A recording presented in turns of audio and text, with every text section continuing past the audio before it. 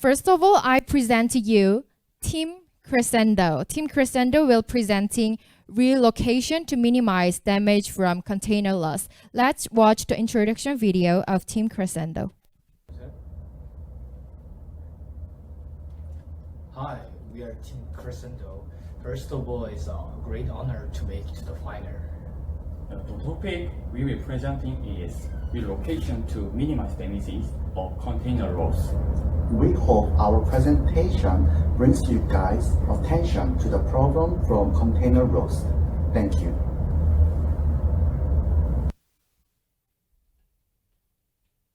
Hi, we are Team Crescendo. First of all, it's great honor to participating in moeiIMO assembly final. Today, our topic is relocation to minimize damage from container losses. Before we start, let me tell you our procedure. First, we have researched the background of the current losses, reason, damage, and how to deal with. And then we will present our solution, relocation. Our main perspective is loss of containers during voyage. Many container ships operate every year. During this process, many containers are lost at sea due to unexpected accidents. And GSMP even lists as one of top 6 cause marine pollution in the ocean part. The main cause of these losses are severe weather, large ships, and poor loading. This is a problem that cannot be solved at the individual level and need to be addressed at the institutional level. However, there is a lack of details for regulation. As shown in the presentation, there were reports and regulation on dangerous goods and situations, but we found that there were no exact measures. To investigate more intensively, we first look at the statistics of lost containers. First, we found that hundreds of units of containers are lost at sea every year. What we noticed was the number of loss in 20 and 21 increased by more than 400% compared to previous year. This exponential increase is attributed to severe weather due to environment issue, which means container losses at sea are increasingly become an unavoidable problem. IMO has recently identified the seriousness of this problem and is working how to deal with it. In the wake of sinking of GO, the 73 MEPC mentioned the seriousness of this problem, and the 103 MSC select it as the main theme. Now they are rushing to amend SOLAS to mandate the reporting of this incident. This topic falls under SD6 of SOLAS. According to meetings transcript, the goal is to prevent accidents and secondary damage. The basic preventive measures and reporting system for these incidents. However, this focus indicates that the problem is too serious to be solved with just one or two focus. So we believe that FES is the best solution to loss accidents, considering all 3 factors: prevention, fast reporting system, and a solution to minimize damage. Because nature disaster utilize prevention, and the damage of accidents cannot be solved only by reporting. So we thought about how to minimize damage. To the end, we first investigate the problems caused by loss accidents.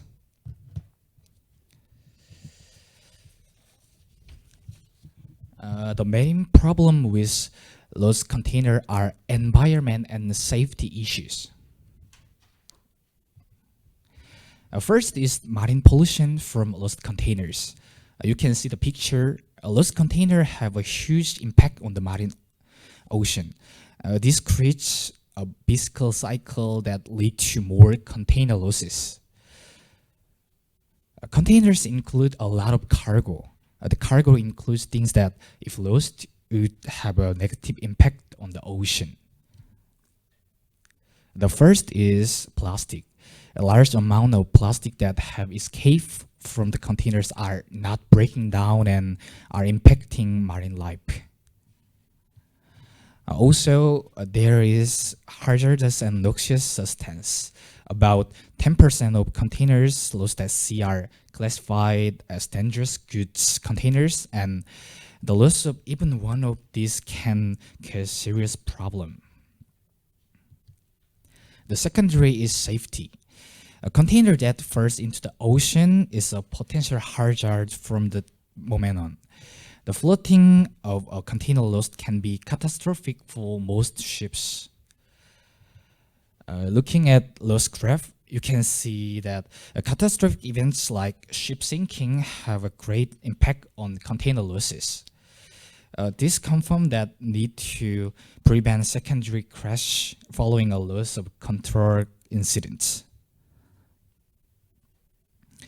This is how we identify the problem with loss and find. In summary, we believe that the ideal solution is to minimize the amount of damage, including the irreversible pollution of the oceans and the potential hazard of containers.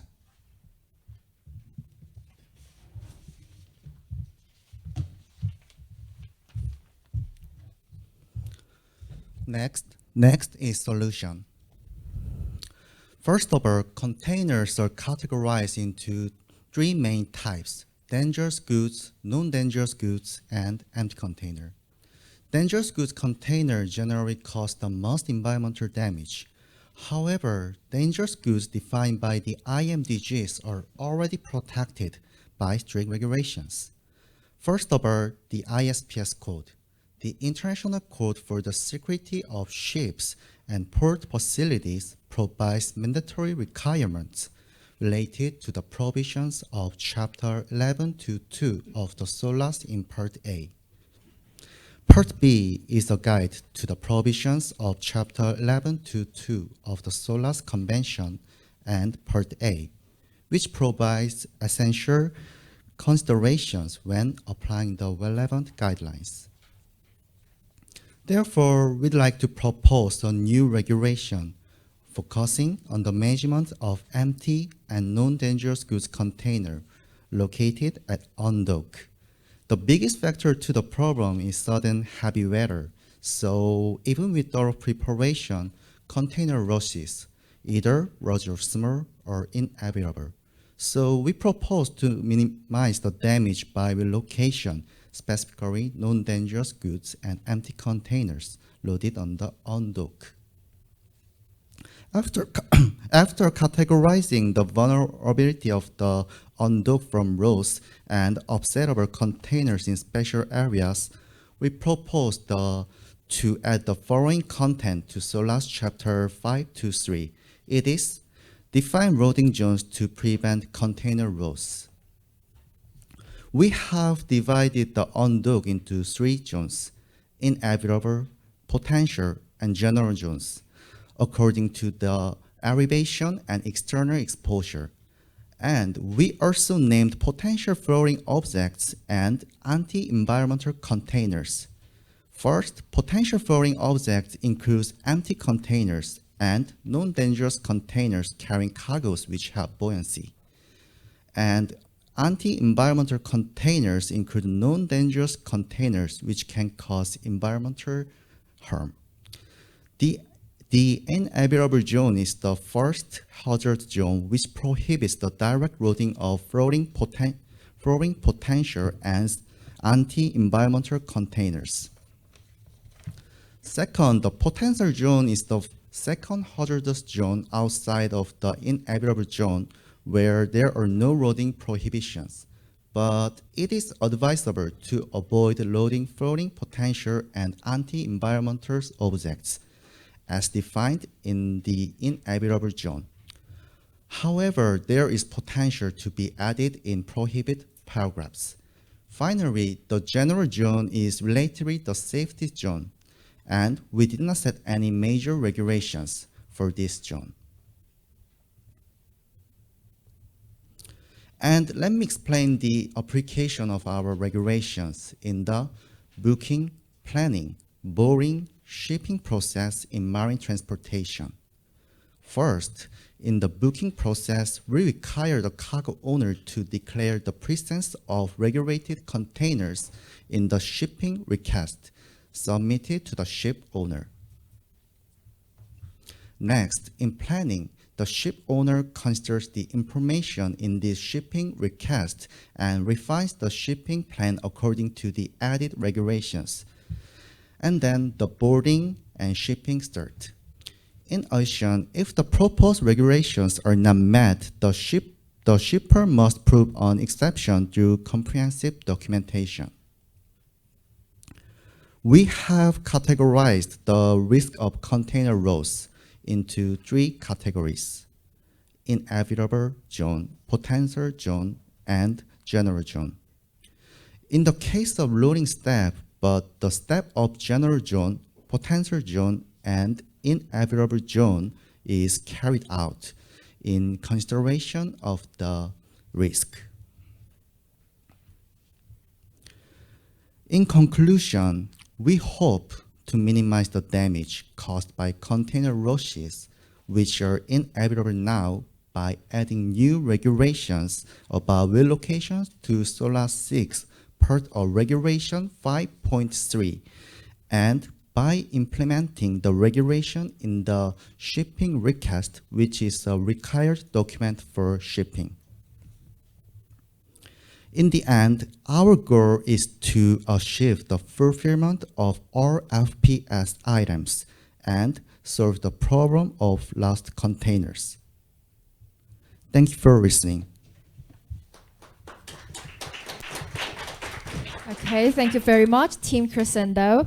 And from now on, we're going to have a Q&A session. So does anyone who have questions about this presentation? Okay. Yeah, Mr. Sa, please. Thank you, Crescendo. This topic is quite interesting these days. In particular, the IUMI, the International Union of Marine Insurance, headquartered in Hamburg, Germany. They have a lot of interest on this issue because to avoid any burden to protect their insurance money. The main they categorize the 2 main causes for this container loss. The first one is parametric rolling due to wave elevation around the ship and a pitching motion. And the second one is a shortage of stacking weight in terms of the strength. To overcome this issue, a lot of classification societies are giving HHS, high holding securing class notation based on the calculation. And industry, I remember, can you go back to slide 7? Page 7.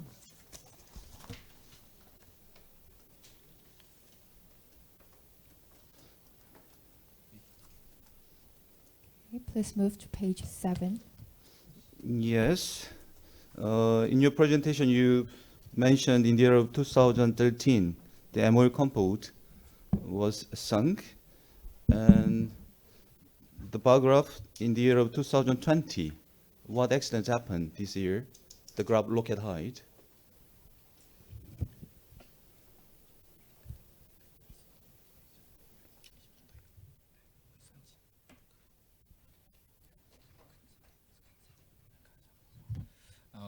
First, thank you for your thoughtful question.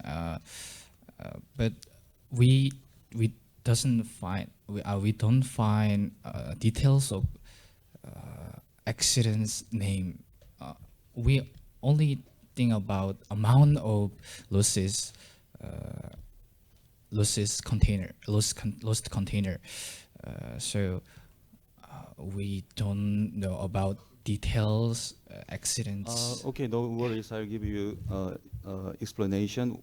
The vessel name 1 Epos was sank, and the following year, in the year of 2021, the industry made top-tier JIP. JIP stands for Joint Industry program to handle this issue.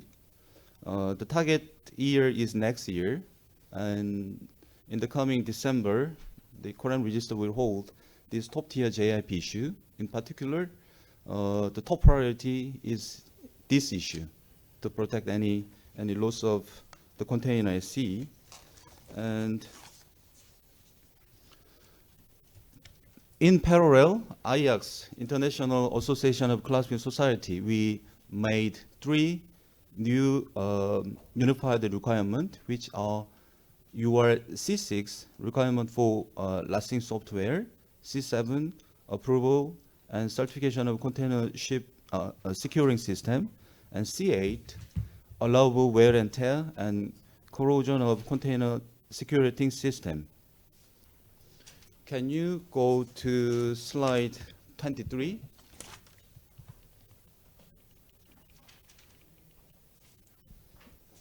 Yes, during your presentation you mentioned IMDG code and the SOLAS Chapter 6 carriage of cargo, and also ISPS code. But from my point of view, the most relevant, the international instrument is a CSS code, Code of Safe Practice and Cargo Storage and Securing. And that's a fresh proposal. You categorize the 3 areas based upon the how extent, how dangerous when the container fell down from ship, in terms of marine the hazard. And this is very much practical issue. The container liner shipping, for instance, pendulum service from, I want to say, 1 port loading and 1 port discharging, for instance, Busan to Long Beach, United States, will be no problem. However, in the case of multi-port loading and discharging, for instance, the calling port Busan, Hong Kong, Singapore, Egypt, Algeciras, and Felixstowe. In this kind of multi-ports, how port planners to prepare their storage plan. The normal practice is the port planner at first they made and sent to the ship, and ship officer prepared and precautions based upon IMDG code, in particular segregation requirement. I believe that in the case of multi-port, even they are carrying, loading, discharging the empty containers. In terms of the economical ways, how port planners could overcome this issue to make short harbor hour.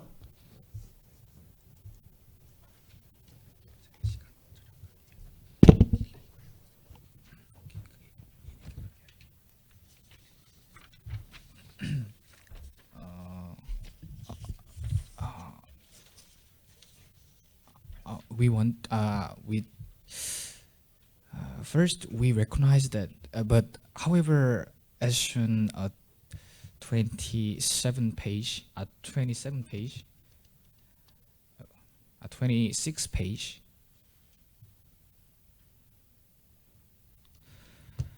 the inevitable zone is last to be loaded. So it doesn't really pose a significant risk to extinct load matter. And we think it's small price to pay to solve catastrophic accident. So we choose this middle. Is our answer. Okay, thank Mr. Seo for your insightful comments and questions. And do you have any questions from judges? Okay, Team Maserati, yeah, could you? Thank you for providing your valuable thoughts on container laws.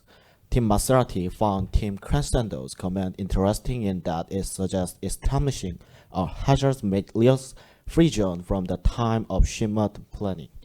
I was wondering if you have a solution to the issue of the GM value, which is the appropriate resilience figure for a vessel, when going through the shipment planning and complying with the implementation of the IMDG code and your proposed zone.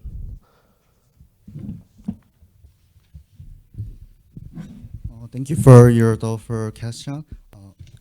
We approach that first. Can I ask you one more time the main topic you talked? Okay. I was wondering if you have a solution to the issue of the GM value, which is the appropriate resilience figure for a vessel, when going through the shipment planning and complying with the implementation of the IMD code and your proposed zone.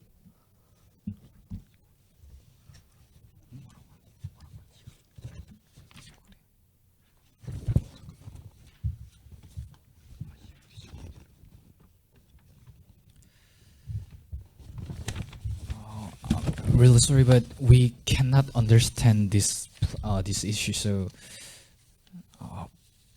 please. Okay, because of time limit, so we're gonna move to the next question. Yes, circuit breakers, please. First of all, thank you, Crescendo, for your great presentations. You have gave us an idea to limit the placement of hazardous cargo containers. However, what I believe is that your suggestions will be facing massive oppositions as it opposes companies' directions to make profit. So do you have any idea to suggest further milestones or guidelines to actually practice your amendments?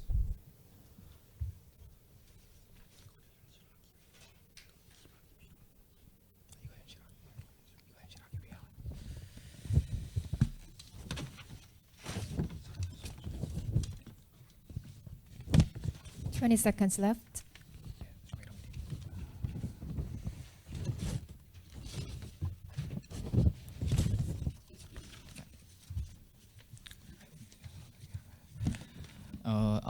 First, thank you for your thoughtful question. We think that's why we made exceptions. For example, if a container is only carrying goods defined by inevitable zones, it will be excluded from this regulation if it submits documents proving that. In this way, we will with this regulation flexibly. So this is our answer. Thank you. Okay, thank you so much. Unfortunately, there are so many questions, but time is up, so we have to wrap it up here. Thank you very much, Team Crescendo. Everyone, please give them a big round of applause.